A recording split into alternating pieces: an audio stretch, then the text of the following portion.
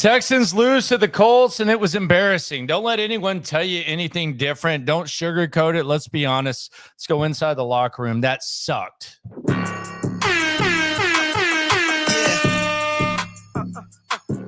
Yeah.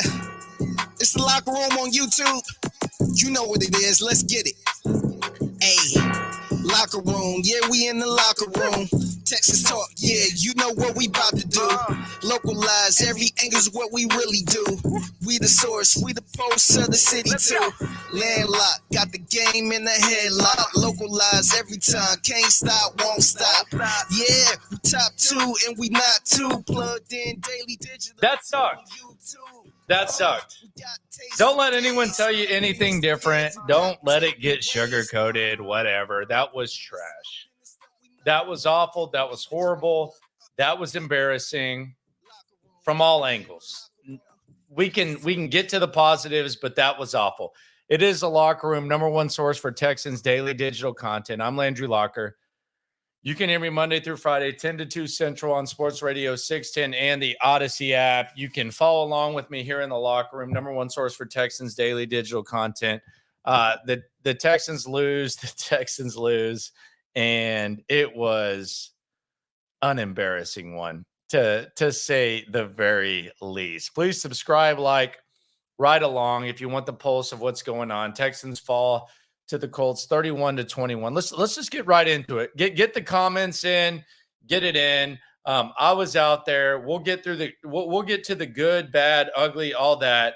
And Gumby right off the top says everyone said it was a must win. What now? Really settling in. I don't know if everyone said it. I know I said it. And I 100% believe that it was a must win. You needed to win that. You needed to grind that out. Much like Mike Vrabel was able to grind out, and God dang, Mike Vrabel grinds out wins, man. How many people picked the Titans to win this week against the Chargers? Like, Mike Vrabel grinds out wins. This is like Mike Vrabel week 2 of his coaching career. He was facing the Houston Texans. They were a 8-point underdog, if I'm not mistaken. They didn't have their right tackle. They didn't have their left tackle. They didn't have their starting quarterback, and they found a way to grind it out. The Texans did not grind this out today. So now we're in like a situation where you're going to face Jacksonville. Jacksonville just lost to the Chiefs, so you're sitting at 1-1. And now the losses can start to spiral. And that's where you're kind of in trouble. And I actually want to start this thing by talking about DeMeco Ryans, because y'all know how I feel about DeMeco Ryans. I like when I say must win, I don't say must win like with the notion that all is done and you got to give up on DeMeco Ryans. I'm not saying that. I'm talking about must win for this season. Just for this season, I think they needed to win this game because I think it would have been a nice way to grind stuff out. It would have been a nice way to. It would have been a nice start to where you avoid being potentially one of the worst teams in the league, which is even worse because if you're one of the worst teams in the league this year, it hurts even more because you don't have your first round pick.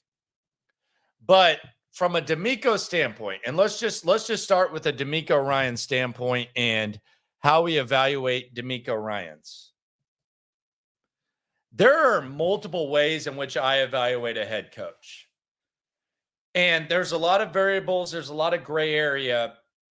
But as far as like week to week in which the way that you evaluate a head coach, especially a defensive coach or an offensive coach, I think you evaluate like step one is like the pregame preparation. You know what I mean? Like Bill O'Brien, remember in 2000, I think it was 2019, where the Texans did not score an opening drive score a touchdown on an opening drive until week 17. I think it was against the Titans when Deshaun Watson didn't even play and A.J. McCarron ended up scoring the touchdown. And you automatically realize, dude, Bill O'Brien doesn't know what the F he's doing in pregame prep. He doesn't know what he's doing, but they might figure out some adjustments or Deshaun Watson might say butts, but Bill O'Brien doesn't know what he's doing.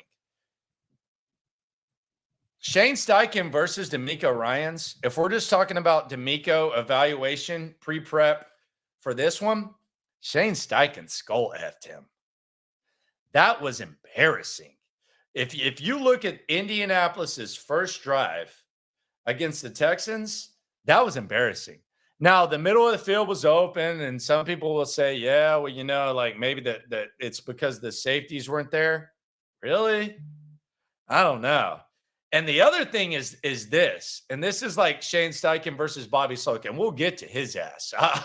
We'll get to Bobby Slowick's ass. Get your comments in.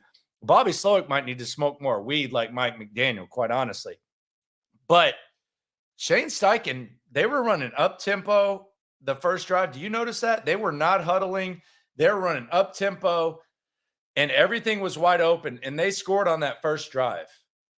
And that was step one of the DeMeco evaluation. The pre-prep, the film, all that type of stuff, like Shane Steichen looking at the Texans defense and DeMeco looking at the Colts offense. Shane Steichen kicked his ass.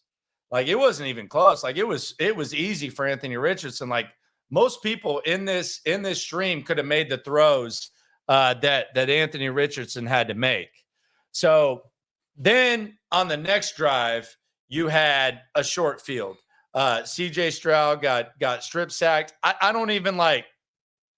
don't judge anyone on that. I mean, the offensive line is obviously depleted. CJ got strip sacked, and Anthony Richardson was able to run in, and that was what that was.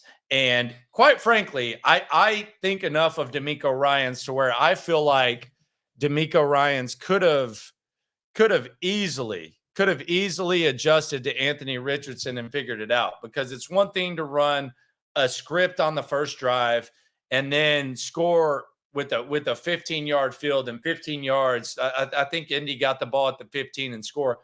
It's one thing to do that, and the Texans actually cut it to a drive, or cut it to a one-score game. So I think that's one thing. But then you have to adjust to the surprises. Like, if you're a head coach, and we're getting into the DeMeco evaluations, you have to adjust to the surprises. He had nothing for Gardner Minshew. Like, maybe they had like a spy or something for Anthony Richardson, and they'd kind of figured some stuff out. They'd stopped him a little bit. Gardner Minshew, as soon as Gardner Minshew came in and he led those two long drives, it was over. And quite frankly, I think that the Colts got a break from Anthony Richardson getting hurt, because I think DeMeco would have figured that out. Problem is, though, he wasn't prepared for Gardner Minshew. He wasn't prepared. Gardner Minshew had those two long drives, and after that, might have been too much of an obstacle to overcome.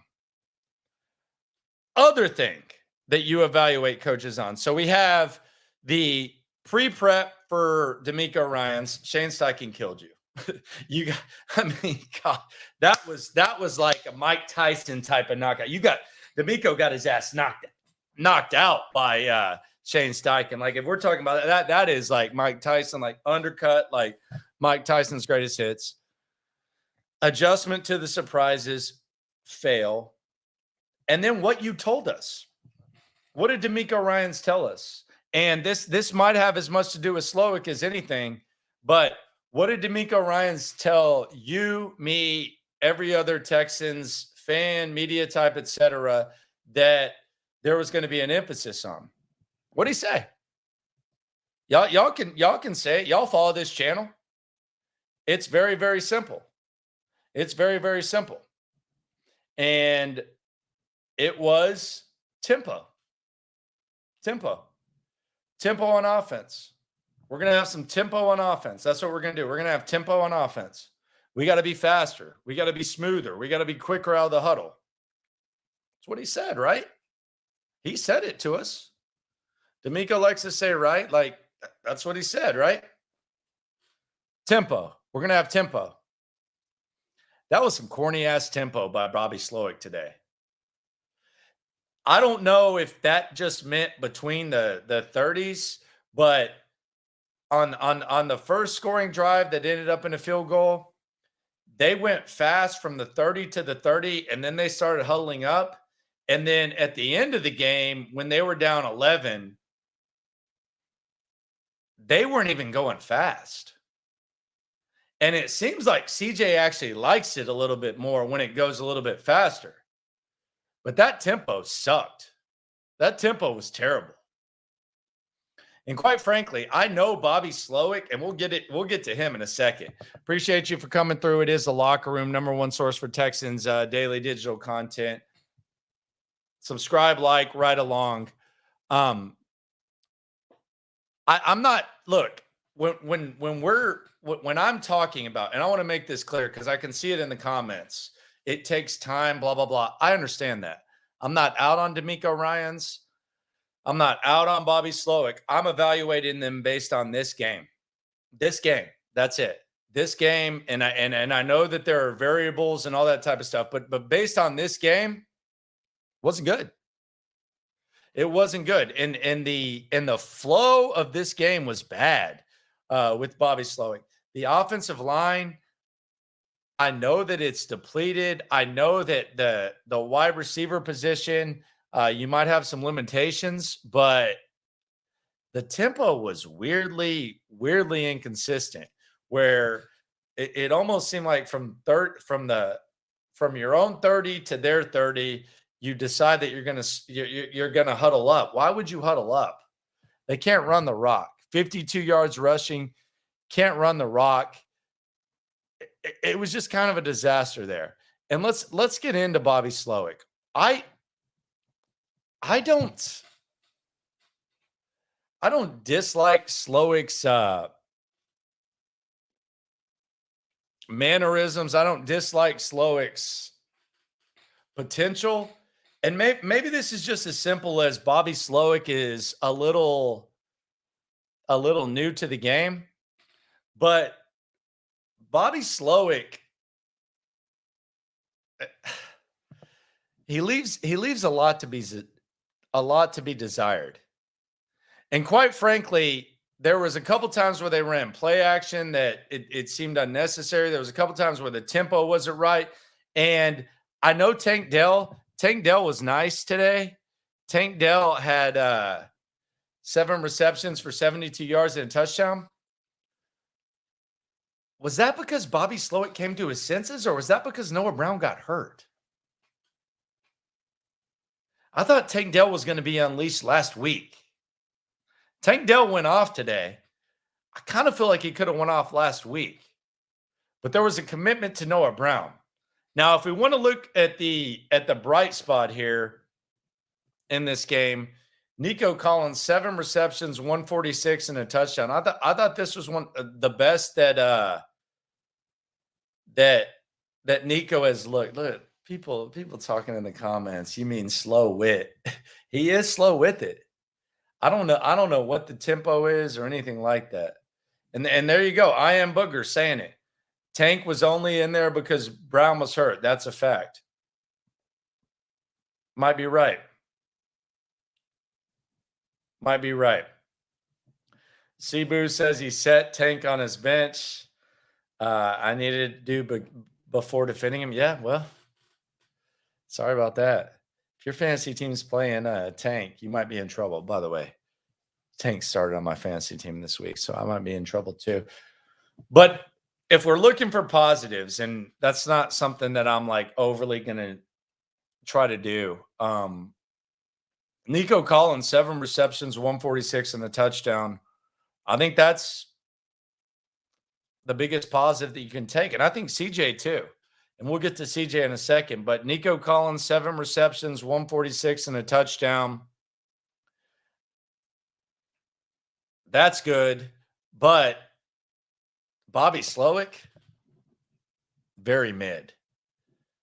Very, very, very, very, very, very, very, very, very, very, very mid.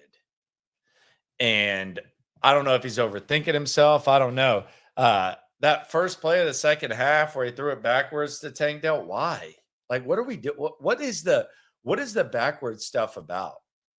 You don't have Deebo Samuel. You don't have Brandon Ayuk. You don't have Christian McCaffrey. What is that about? Not quite sure what's going on there. We already got people talking about Slowick is hot butter garbage. I don't know.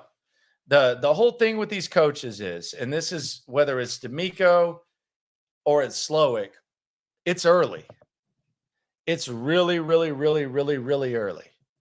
And what's true now might not be true in the future.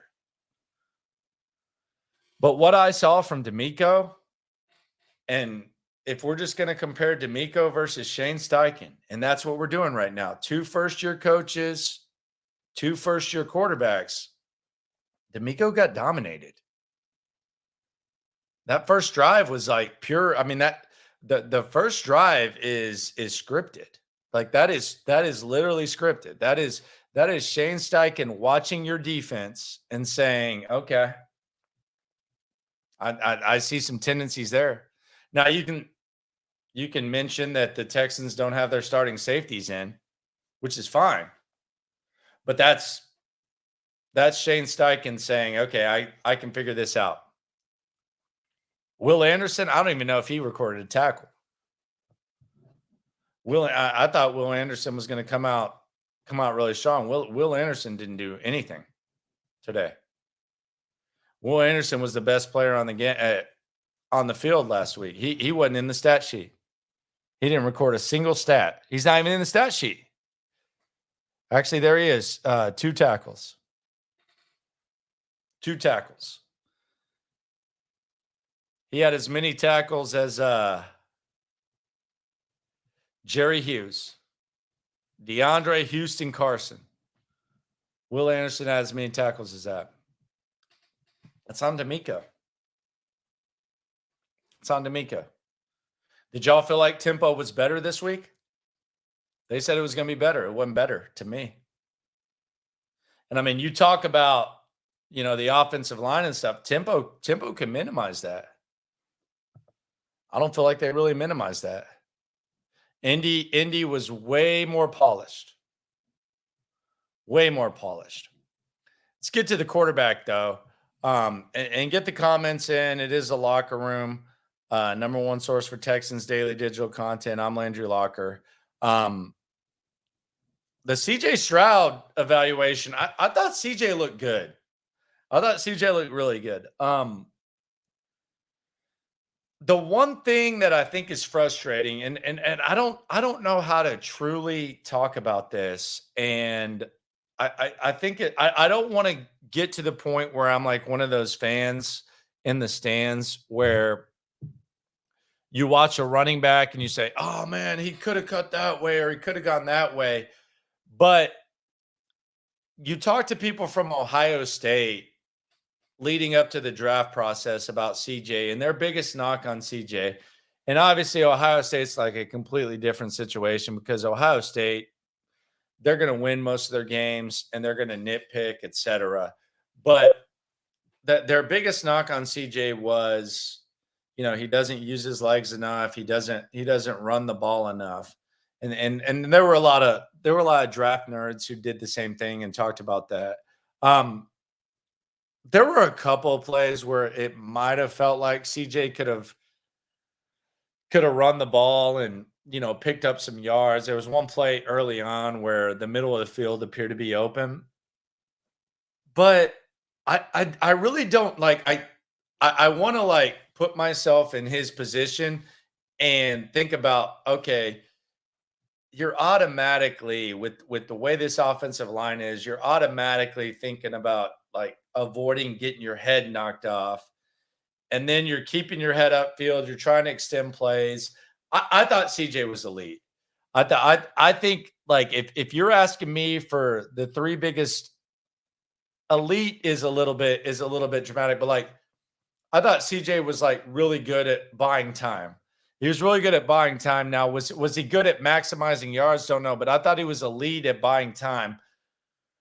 Maximizing yards, maybe not. But if you're asking me for the positives, I would say CJ Stroud was a positive. Nico Collins was a positive. And it's really kind of it. Maybe Tank Dell. Damn sure not the coaching. Damn sure not the coaching. I mean, you can talk about the you can talk about the Texans and like talk about talent and stuff, but 2 games in, the most depressing thing about it is they don't look well coached. They might be. They don't look well coached. That's the most depressing thing about the Texans right now. Is you got the most highly regarded coach on the market. He brought an offensive coordinator from the Shanahan pipeline, and 2 games in, you can say they are, but no one watches this game and feels like this team is well coached. And that sucks. And that was the number one theme for me, was that you look at week 2 with DeMeco Ryans starting right tackle out, starting left tackle out, starting quarterback nicked up, going against a team that not great, and you have a chance to beat. Same thing with Mike Vrabel, 2018. Mike Vrabel, starting left tackle Taylor Lewan out, starting right tackle Jack Conklin out, starting quarterback Marcus Mariota out, and you found a way to win the game. Week 2 against the Texans. Fake punt, touchdown, all that. Y'all remember it. It was when the Texans started out 0-3. And I think Mike Vrabel's a really good coach that knows how to grind out games. I hope DeMeco can get to that point, and I thought that he would figure it out today, and quite frankly, he didn't. He came out, got bitch slapped by Shane Steichen early, and then got bitch slapped by Gardner Minshew, and he talked about tempo, and that tempo was inconsistent. So, I think Mike Vrabel's a really good coach. I hope DeMeco's a really good coach. But the reality of the situation is that Mike Vrabel was able, in a similar situation, to get the effing job done. And whoever the hell the equivalent of me is in Tennessee, who does the locker room stuff, who's sitting there cheering for Amy Adams Strunk to sue and whatnot, they were talking about a dub. They were talking about a grinded out dub. And I'm sitting here talking about a scrub. And that's what DeMeco was. That was an F performance by DeMeco. Trash ass performance by DeMeco. And I don't even think he can disagree with it. That was awful. Garbage ass performance. It's actually, really, like, if we want to be honest, man, it was a garbage ass atmosphere too at the stadium. Out there with the tailgates were nice. The stadium atmosphere was very and DeMeco's performance was absolute garbage. And let's hear from DeMeco. Let's hear what DeMeco has to say about that garbage ass opening performance. He couldn't do what Mike Vrabel could do, so we'll hear what DeMeco has to say. I got a feeling he's going to agree with with my assessment. So let's hear from DeMeco right here in the locker room. Number one source for Texans daily digital content. Let's hear from DeMeco Ryans right here. Get this right. There we go. Here is DeMeco. That's what he's got to say for himself. It was terrible. Well, DeMeco, the connection he had with Nico Collins today, those two guys were really looking really good. It was exciting to see the game that Nico had. I think one of his best games that he's had in his career. So very encouraged with Nico. He's put in the work, and it's showing on the field. Him and CJ they're truly building a really good connection, and we're excited to see that continue to grow. DeMeco, where did CJ's injury stem from? Was it from the hip? Was it from scoring key tight? CJ is fine. Also, why do you feel like the defense kind of struggled there, kind of in the early part and the middle part of the game? What do you see? Defensively today, we weren't good enough. If we want to be a good defense, it all starts up front, right? Stopping the run. We did not stop the run. We did not tackle well. Fundamental football, it wasn't good enough. If you want to win games in this league, we got to play better. A third down, situational football. All right, red zone, again, wasn't good enough. I think we gave them 4 ops in the red zone, and they scored on all 4 ops. So for us, you have to eliminate teams from scoring in the red zone. You have to own it and make them kick field goals. We didn't do that today. From a pass protection standpoint now, with 11 sacks, 19 hits in 2 games, you've had a lot of upheaval, a lot of injuries going too. How do you factor in the play of the line versus the availability of what you have? Yeah, guys are still going out trying to do the best that they can do, doing the job that we asked them to do. Of course, we would like it better. Don't want to see the quarterback get hit. But I thought the guys' offense took a move in the right direction today. They got better overall. How do you describe offensively what to fix when there's some generated slackness, some of the penalties, the holes, and some of those things? How do you manage that through a game, and how do you correct that? Yeah, we continue to try to, get better throughout the game as we go, get better throughout the week of practice. But it's too many self-inflicted, wounds that hurt us today, whether it's defense, offense. All right, we're scoring touchdowns and we get them called back. So too many self-inflicted wounds, things that we can control. We got to control those better and not help the other team. Obviously, you guys prepared for Anthony Richardson, but he went out pretty early. How much did that quarterback switch kind of affect your overall defensive game plan? It didn't affect our game. Shoot, it helped the Colts, honestly. Like, for real. They were ready to adjust to Richardson, but here he goes. Playing much, how they like to call the game, right? Short passes. That's what they continue to do. And for us, we just have to be tighter in coverage, and we have to make tackles when, that's called for us. The play is called for us to make. We have to make them. DeMeco, going into the fourth quarter, the rushing attacks seemed to be kind of a weak point. Was there any adjustments to maybe move away from it and start moving more toward passing it? Yeah, with the rushing, we would like to run it more. We would like to do a better job of running the ball. And again, that all start up front. Offensive line, running the ball, defensive line, stopping the run. So we have to be better on both sides of the ball. Coach, what were some of the offensive adjustments that you all made at halftime to be able to come out and be as productive as you was? I thought our offense just moved the ball better. The tempo was much better. I thought we moved it really well. We just stalled. They're in the red zone. We just had to find a way to, score, right? And we had our opportunities and we hurt ourselves, and penalties, sacks, it's self-inflicted. If we clean up our mistakes, then let's go have a fair fight. Right now it's not fair because we keep helping the other team. You go into the third quarter, into the fourth quarter, you guys have a 7-minute drive while you're trailing. Which made the tempo in the second half, and it looked like maybe Bobby was kind of stopping and starting with some of the speed stuff. Sometimes you're huddling, sometimes you weren't.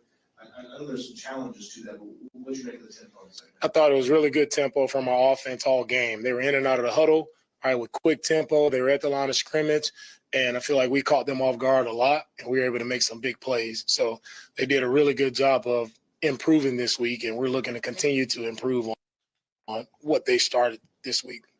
Hey, Coach, how do you feel this team has been able to adjust to all the injuries that you guys have?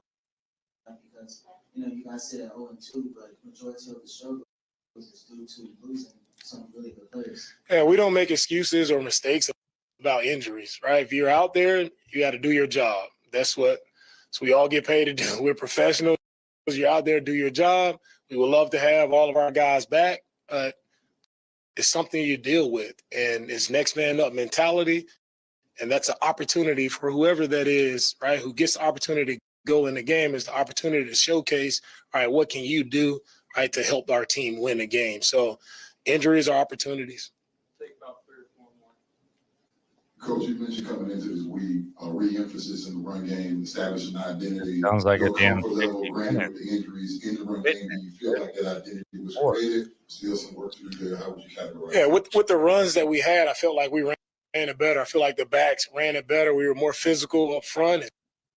It's just we got too far behind too early, and it leads us to having to throw the ball a little bit more. And what credit to CJ and the receivers for the job that they did in the passing game, right? We had to throw it. They knew we were throwing it, and our guys still converted and made plays. DeMeco, in light of the issues that you with the offensive line, are being handicapped with the play selection that you want to call but can't call because of the continuity you're not having with the offensive line? Again, the injuries, it doesn't matter who's out there. We're going to call our offense. We're going to call our defense. We just expect everyone to be held accountable for doing their job. Coach, you allowed 6 third-down conversions in the first half, 0 in the second half. What changed there, and what allowed them to have that success in the first half? And for us, in the first half, guys weren't on it. All right, defensively, just weren't on it. We weren't playing up to our standard. We allowed easy passes to be completed, allowed easy first downs to happen just because of technique, communication, guys not being dialed in together. Second half, I felt like it was a different energy. Guys came out different, but we don't have time to get it started in the second half. We had to come out. We had to play better from start to finish. CJ had over 400 yards passing, 2 touchdown, no interceptions, but all the, I guess, odds stacked against them, offensive line issues, being down a lot. What does that show about his ability to be able to still produce in midst of all the obstacles put against him? CJ is a competitor, and he shows that. He continues to fight no matter what odds are stacked up against him, no matter who's in front of him. Like, it doesn't matter. He has a winning mindset. And now we need everybody around him to continue to have that winning mindset and go play winning football. And that's when things will get better for us. Promise that. How do you address a team like this? Straw man ass. How they handle a game where they're down multiple scores. I think Will Anderson on the sideline in a moment talking to the defense. After these losses, how do you talk to them? How do you see them handling what's going on so far this season? Yeah, Will, another guy who's a young guy who's a leader, just like CJ. They bring good energy, great energy to our team, right? They have contagious energy, and we just have everybody else needs to pick it up around those guys. And what I say to our guys right after this is we can't wait till the second half. Like, I did see improvement from our game 1 to game 2 from our offense. Yeah, the defense took a step back. Yeah. And we can't have the back and forth, right? We have to be consistent. And that's the one thing. Be consistent and don't have self-inflicted wounds that you're too far behind and have to catch up. Right? We can't play catch-up ball. We have to be in it the entire game. And so that's what I say to those guys. I definitely appreciate what they did in the second half, to have that grit, to fight back, to give us an opportunity there. And we came up a little short. So always encouraged and pleased by that, but we got to start faster. Thank you, Coach. There you go. DeMeco Ryans here in the locker room. Subscribe, like, right along. It is the locker room, #1 source for Texans daily digital content. I think we'll hear from CJ Stroud a little bit later on what he had to say. And by the way, that dude can freaking go. Even shorthanded, I think you got to be pleased with what CJ did, how he battled, etc. He went out there and did his thing. Couple of comments during the DeMeco thing, and I appreciate everyone for coming through. It is the locker room, #1 source for Texans daily digital content. We'll hear from CJ Stroud shortly. This is where you come for the post game show. In the Loop, Sports Radio 610, 10 to 2 Central. We talked to players throughout, etc. Jack said, I love how y'all poo-poo all over the team with all our starting line gone laughable. What does that mean? Poo-pooing on the defense, brother. Poo-pooing on the defense, Holmes, and the tempo on the offense. That's a straw man. You need to take that ish to Wizard of Oz with this BS. Like, y'all, everybody says, I'm so sick of this, like the same people that say like type of arguments. Jack, appreciate you for coming through. You ain't been listening to anything going on.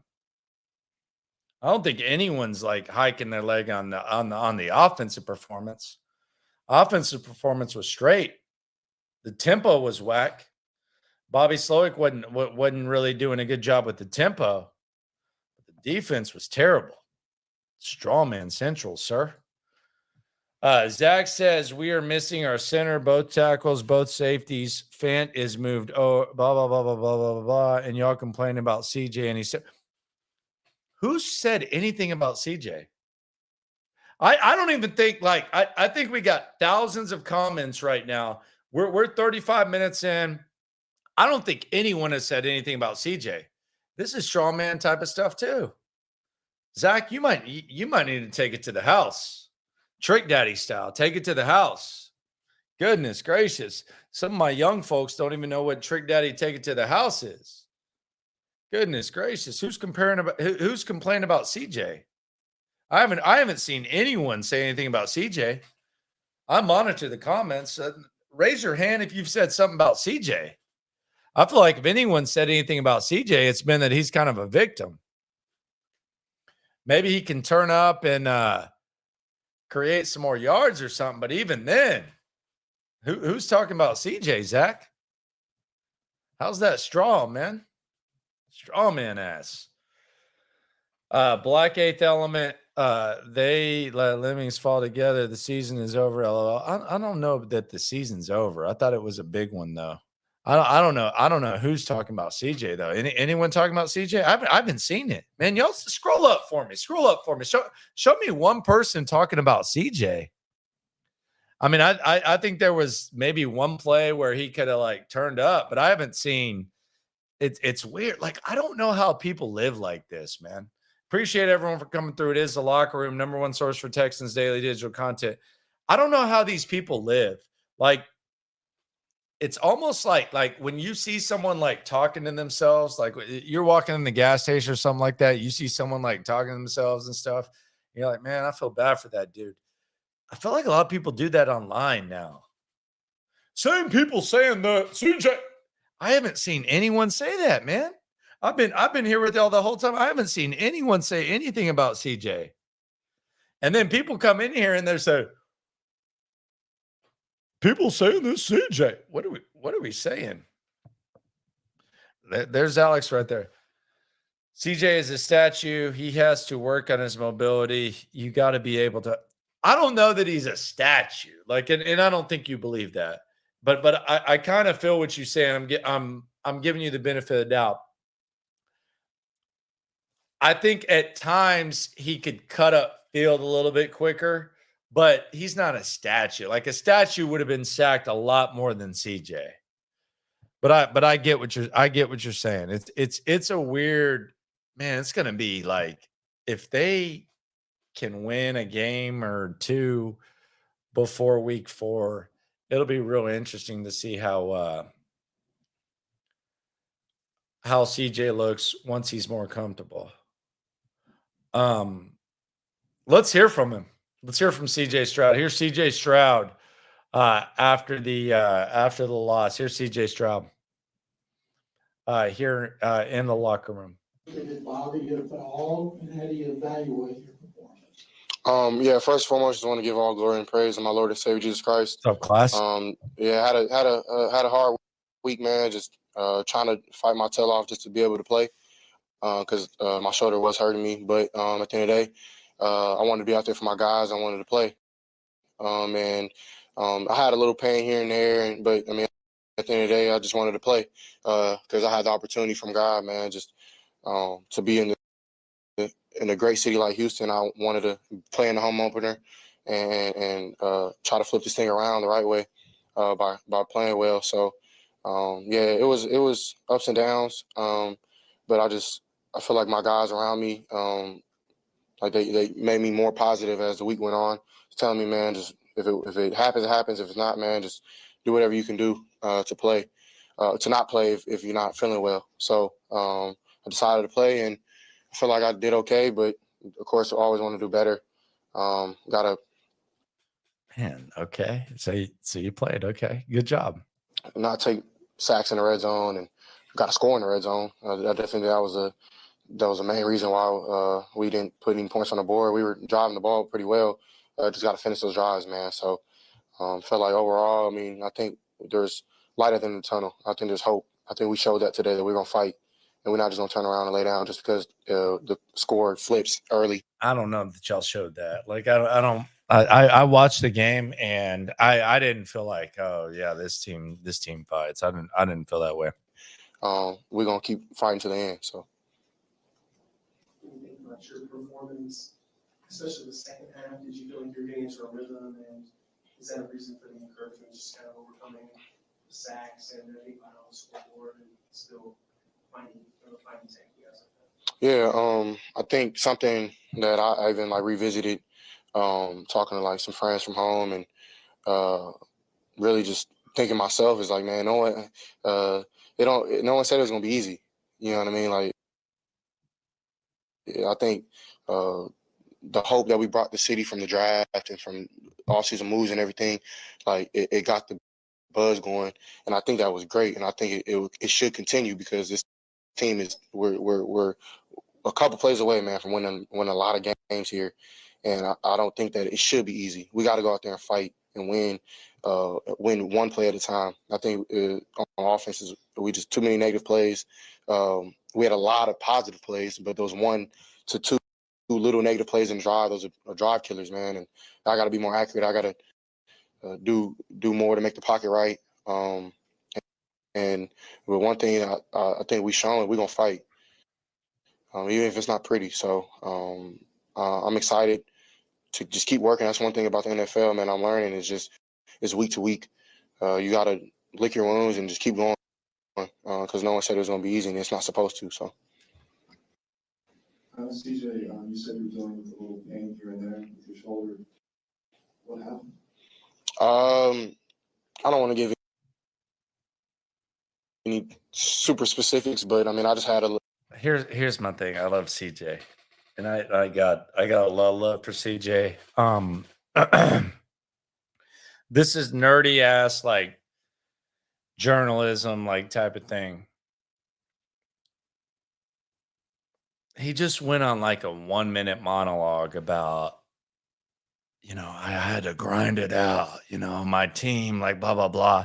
And then Brooks says like what went down. And now all of a sudden he wants to be vague. I not a big thing. And I love CJ. And I thought CJ did his thing today. But don't like make a big deal about it when it looks good for you. And then when someone asks like for specifics and what you went through, act like, oh, I don't want to say much about it. Like you just went on like a 1-minute dialogue about it, bro. We can run it back and we can hear it. But yeah, much love. A little shoulder pain that I was dealing with, and really just it was hard for me to throw, and I started feeling better. What was that? Friday, and Saturday. We don't throw at all, so that helped. And then this morning, came in really, really early and just try to fix it and just get anything I can do to play. I wanted to play, and I feel like I did as best as I could with my injury, and I tried to let it fly as much as I could and still have velocity and accuracy with the ball. But yeah, man, I don't think it really hindered me that much. I think if I were to say that, would be an excuse. Bro. But for me, yeah, it was painful. Straight, Holmes. For sure. You balled out. Wasn't your fault. Do you expect that's something that's going to stick around and to fight? Wasn't your fault, Holmes. Promise that. Yeah, I hope not. I definitely think I took strides from when it happened to today, and just it felt better and better every day. So I think that's a good thing. I think it should be 100% by this week for sure. CJ starting training camp, DeMeco, we're trying to develop that chemistry to get on the same page and see what as training camp went on, you all started to get that continuity more and more together. What was it about today that you all were on almost like the same page? Yeah, I really think it's just the work we've put in from the time we even really met. Like when I got drafted, he was one of the first people to reach out. And I already knew what he could do. I watched a couple games last year, and he was kind of always open. And if he wasn't, he was gonna make the tough catch. So I think with that type of receiver, man, just give him a shot, give him a chance, and he's gonna make the play. And it's really fun working with a guy like that. He works really, really hard. He works on his body really, really hard. He's a big guy, and he's getting at it cuts really fast. And I know it's hard on his limbs and everything. So he's constantly in the training room. He's constantly asking me questions about the offense. He's constantly just trying to get better. And I appreciate a guy like that. So I think it's just like these were little glimpses of what is to come. And I think it's just more and more success from not only me and him, but really this whole offense. And I think that we'll just keep growing. CJ, from last week to this past week, did you notice a little bit more of an up-tempo in the offense coming out of huddle, getting on that line switch? Yeah, man. That was something we wanted to fix and wanted a better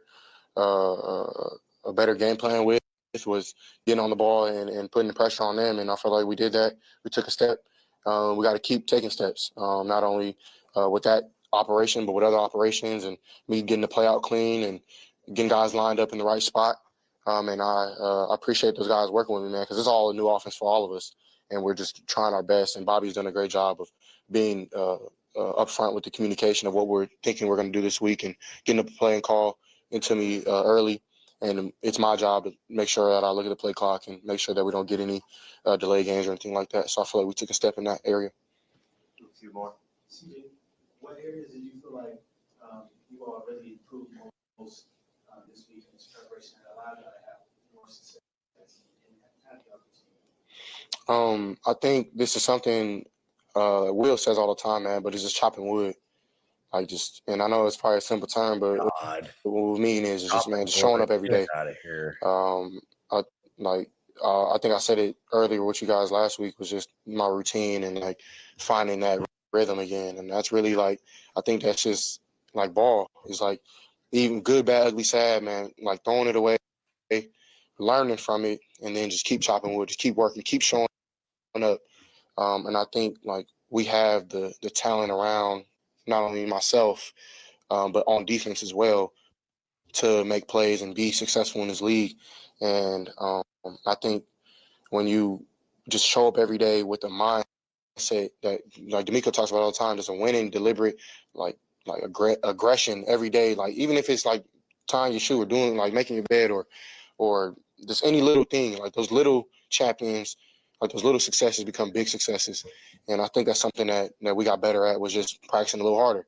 And I think this week practice a little harder, and then just you'll see it keep growing and going. And even if you take a step back, showing up again the next day. And I think that's what makes a pro, is when you can do that religiously and to the best of your ability. Speaking of what you just said right there, Nico Ryans at the post-game presser a little bit ago said of you that you continue to fight no matter what odds are stacked against you, and that you have a winning mindset. Where does that come from? 100%. Those people sitting right back there. My family. I think where I come from. I think just the odds of being. And I don't have no pity for myself. I don't feel bad. I don't want anybody to feel bad for me. But the odds have been stacked against me since I've been a kid. And I think God has put a special plan in my life. And I think that He's not done with me yet. And I have a lot, more, not even just football, but a lot more life to live, to give to people. I think that's something that I want to keep doing and be better at. 80 years left, like, giving my thought. Like that's why I sit here and explain things so detailed to y'all, because I think it means something. You know what I mean? Like, and I think, of course, coming from a place like Ohio State, where like Coach Day, he was hard on me, like really hard on me, and I appreciated it. Like I didn't like it at first, but as it kept going, and I kept like fighting every day, and like sometimes we fight against what he was saying. Like I learned the hard way, but at the end of the day, like now I'm kind of like seeing what he was implying. Like, CJ, do this, do that. I would go the other way, and I would get myself in a turmoil, and then start listening to great people that you entrust. You know what I mean? And I trust my family. I trust my coaches, and I think people are depending on me. And I love that responsibility. I mean, he was just talking, man, pressure is a privilege. Like, a lot of people don't get to live the life I do. It's hard. Don't get me wrong, it's hard, but it's a privilege, and I'm blessed enough to wake up every day and to walk, to talk, to smell, to enact with people, to play football. Like, these are all things we take for granted from a day-to-day basis, but I try to do my best to thank God through all that, because His grace and His mercy and He laid his life on the cross for us, man. Like, I really believe that. You know what I mean? So this is bigger than just ball, and if I have to use football for my purpose to spread the gospel and the life of Jesus Christ, and I'll do that. And I think that's what God wants. But at the same time, I want to win too. So I'm just keep. That's why. Yeah, we get So that's why I keep fighting, man. I'm gonna keep fighting my tail off, man. So. Yeah, hey CJ, last week you talked about getting into a routine, and you talked about leaving the game to slow down. Can you talk about the things that you're seeing each week as you take these, as you chop this wood, that you're seeing, that you're kind of starting to grasp? This is a classy mofo, man. Like, here's the thing. CJ was good, man. Like, CJ was really, really good. The cliches and stuff, I was kind of like, but like, the more you hear him, like, he's grinding, man. He's grinding. It was not bad with CJ, but he was good. Let's hear the final question from CJ. Continue in the areas you're growing in. Yes, ma'am. I definitely think something that I took from college was like kind of what I implied earlier, was like it's gonna be hard early, and as you just keep going, you keep banking mental reps. Like, okay, I seen that coverage, I seen that blitz, or I seen this, I seen that. I'm gonna put that in the back of my mind for next time. And sometimes even you don't need it next time. You get it the first time and you kill them. And I definitely think that that's something that I'm trying to do, is just every week take a step. And I think I've taken a huge step from last week, just from operation in the huddle to understanding clock management to all those little things. And then I think football's football, though. Like, those guys are really good. Like, the Colts defensive line was really good. Their linebackers flew around. The DBs were solid.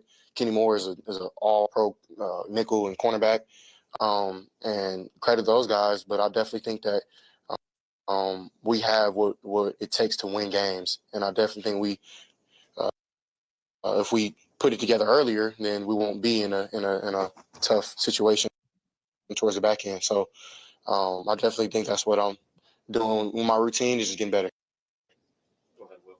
CJ, you said last week that you noticed your offensive linemen really fighting for you, and you really appreciated that. With that being said, it was kind of the same today. You got hit a lot. How do you keep the game slow? How do you keep your feet controlled throughout the hits throughout the game? I think trust.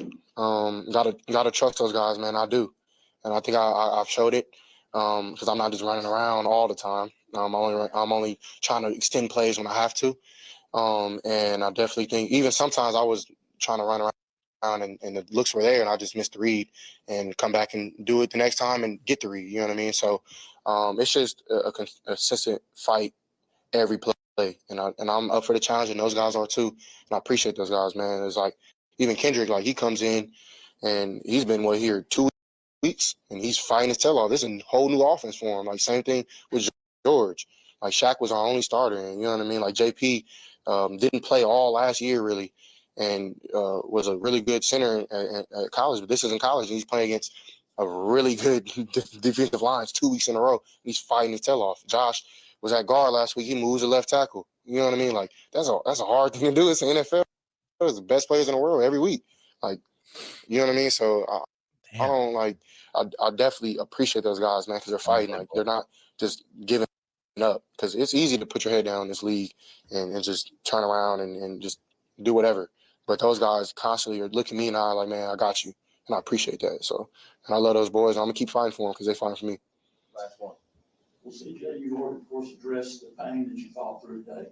Still, you threw for almost 400 yards. How much better can you get when you get 100% healthy now? We'll see, man. I'm excited. You know what I mean? Like, I'm not happy right now, of course, because we lost, but I definitely think that we've done a lot of good things on the offensive side of the ball and the defensive side of the ball as well. But once we play together as a team, like, man, watch out, man. I definitely think this team is ready to win, and we just got to put it together, both offense, defense, special teams, and coming together as one.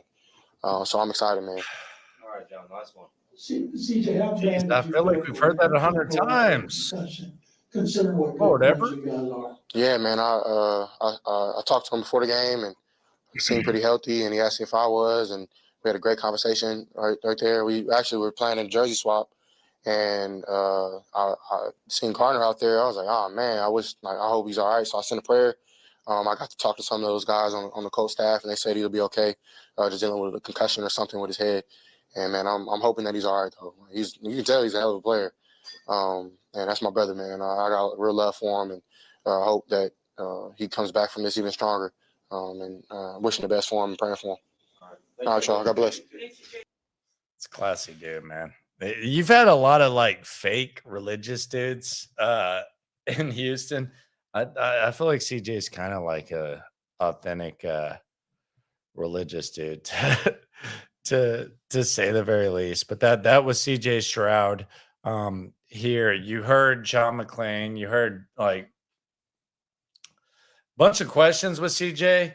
Bottom line is CJ was good today. Like CJ was really good. He was 30 of 47, 2 touchdowns, no interceptions.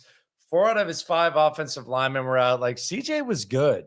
The receivers were good. Nico Collins probably had the best game that he might ever have.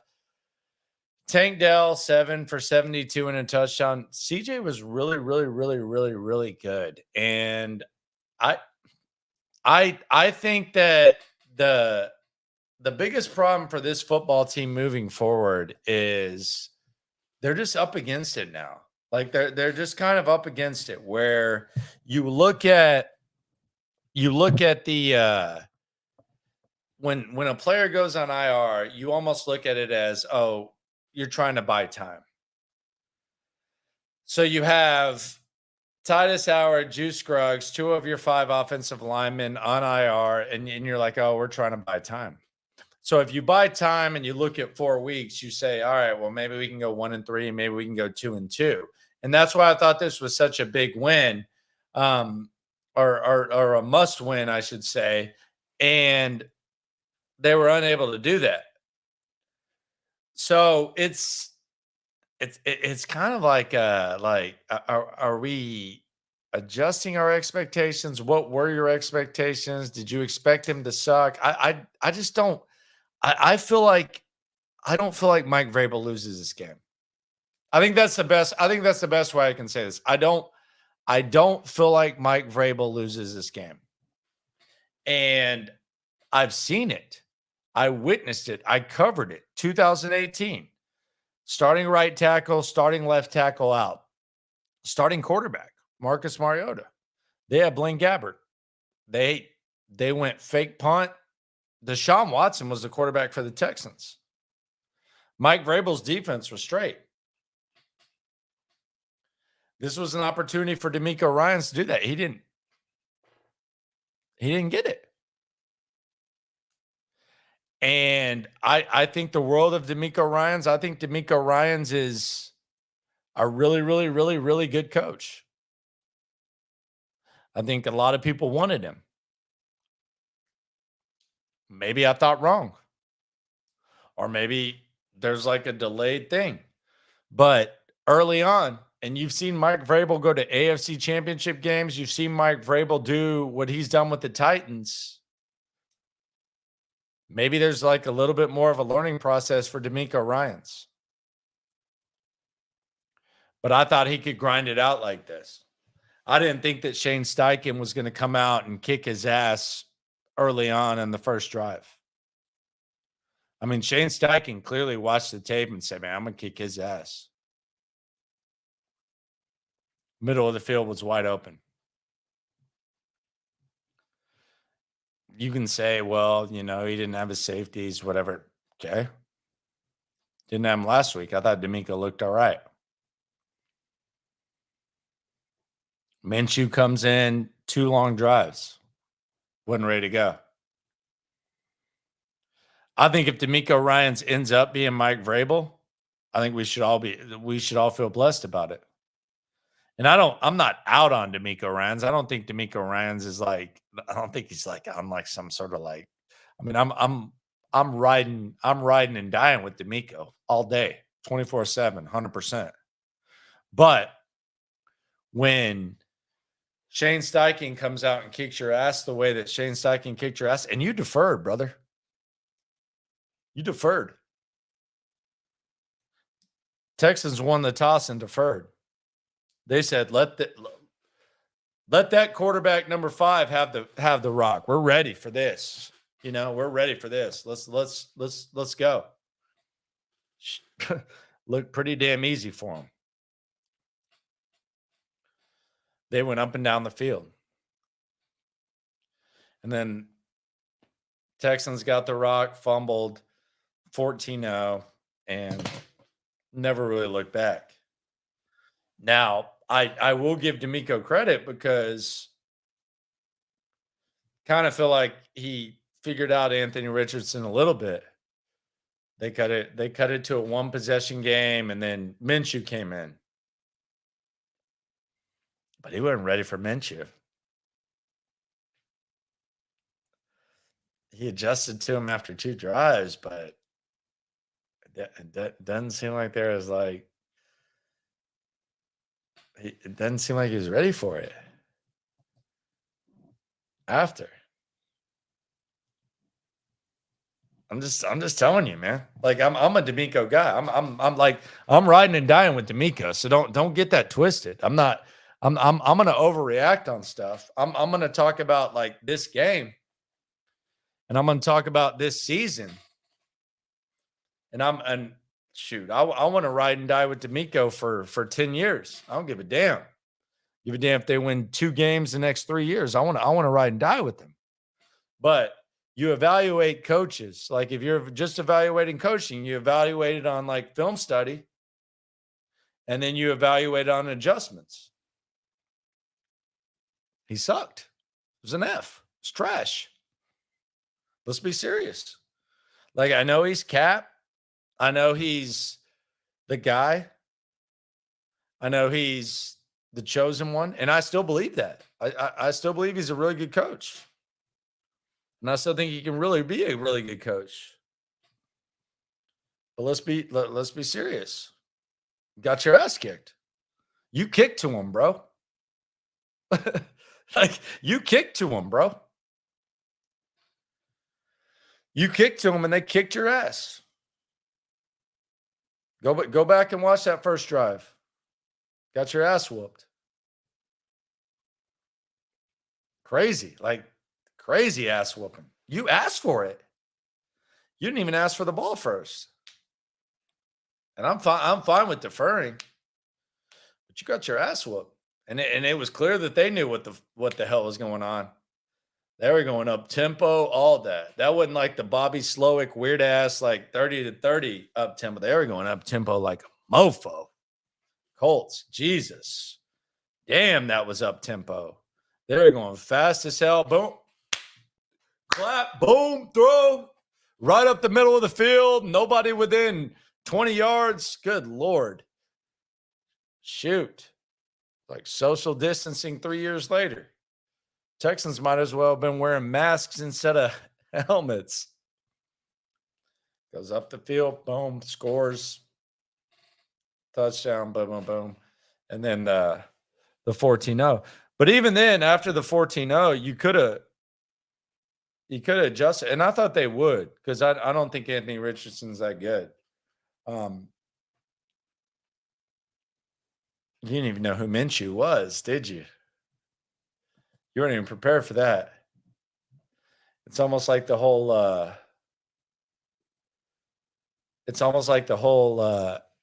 defense was like prepared for Anthony Richardson. They didn't anticipate the Minshew thing, which is fine, like, but kind of a tough break. Dan Phillips says, appreciate you, Dang.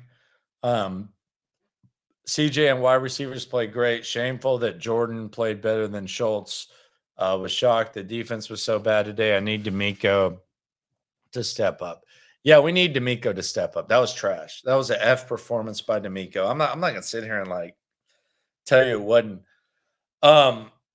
Dalton Schultz, I don't know about y'all. Dalton Schultz is stiffer than a wedding dong when he gets the ball. And I know that a lot of Cowboy, like his numbers got completely skewed by the mop-up duty, but Dalton looked trash. Like once he gets the rock, that was horrible. And he had the big drop that made it a 3rd and long. Yeah, he's stiffer than a wedding dong, man. He looked horrible. And I like Dalton. He's a friend of the show. Like this is a guy I talked to, but man, that was trash. And shout out to him. Malik says, guys, I know it sucks right now, but we need to give it time. We have many injuries right now to really criticize him. It seems we finally found our guy at QB. I rock with CJ. I rock with CJ too. And when I evaluate him in the moment, and then like long term. I'm not saying you're out of it, but yeah. And look, if they would have played a better squad, I would agree with you. But yeah, I see what you're saying. I liked what we saw from Collins, Woods, and Dell. That's what Dane says. Yeah, you should have. They were solid. Zach says things on offense look better. Not great, but better. Defense looked terrible. Gave up way too much on the ground. I don't know what was up with the defense. Maybe the safety stuff matters. I don't know. I don't even know how to evaluate that type of thing. It's kind of weird, the Jimmy Ward thing. Watch the film. Great meeting you in person, Landry. Had no idea you were tall AF. Same for Cody Rubin. Embarrassing. They put in a backup, blah, blah, blah. Yeah. Not great. Dameon Pierce only had 31 yards. Look, man, like Damien's good, but like if y'all thought that Dameon Pierce was Arian Foster, that's on y'all. Like I that's why I was talking about Bijan Robinson leading up to the draft. I like Dameon Pierce. I don't think running back is like some sort of position of like strength, like with Dameon Pierce. He's a good player, but I think he's more of like a complimentary back type of dude. Jerome, is Dameon Pierce washed, or is the line just that bad? Damien's fine. I don't know if he's washed, but I think he's a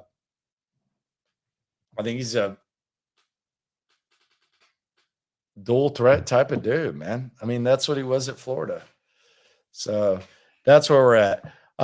Bottom line is this, when it comes to the Texans. Number one, just to put a bow on this, and I want y'all to subscribe, like, be sure to go back and like the video. And I appreciate everyone coming through. Appreciate everyone for hollering at the tailgate. The bottom line is this. Here's the bottom line. Number one, DeMeco sucked today. He sucked. He was trash. He was horrible. He was awful. And I think he knows that. He got whipped in the film room, and you saw that in the opening drive. He got whipped in the adjustment room, and you saw that with Gardner Minshew. And he got whipped in what he said that he wanted the Texans to do, which was more tempo. That did not happen. Number two, Bobby Slowick. He was very meh, very mid. I almost feel like Bobby Slowick should smoke weed. I almost feel like he should like hit the vape like McDaniel. That's honestly my recommendation. Hit the vape. Because you talk about tempo, and you have tempo from 130 to the other 30, and all of a sudden you slow it down. I don't understand what's going on with Slowick. Maybe Slowick is the right name, because he runs it. He runs a slow offense at times. And at the end of the game, it was really weird when they were down 2 possessions where there was literally no hurry. So Bobby Slowick, maybe it's early. Maybe it's early. We'll figure it out. That was not great. So that's number 2. Number 3, CJ Stroud. Good job. Good job for him. Good job for Nico Collins. Good job, Tank Dell. Although I wonder if Noah Brown had never gotten hurt, if he would have ever gotten a chance to do his thing. But that's the bottom line. This was a must-win game.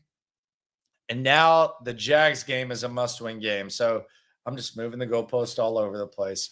Appreciate you for coming through. It's a post-game show, locker room. Number 1 source for Texans daily digital content. Hate losing to the Colts, but for whatever reason, it happens except when it shouldn't happen. No matter what happens when it comes to this Texan stuff, though, we're all in this together. Thanks for coming through. This has been the Locker Room.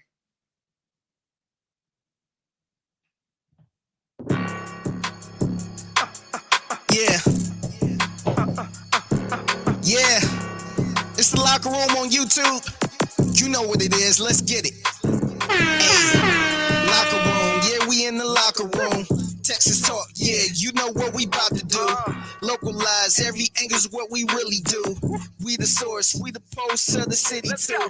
Landlocked, got the game in the headlock. Localize every time, can't stop, won't stop. Yeah, we top 2 and we not 2. Plugged in daily digital on YouTube. We got taste for days, opinions to give, we got takeaways. If it's up, then it's up, we number 1. You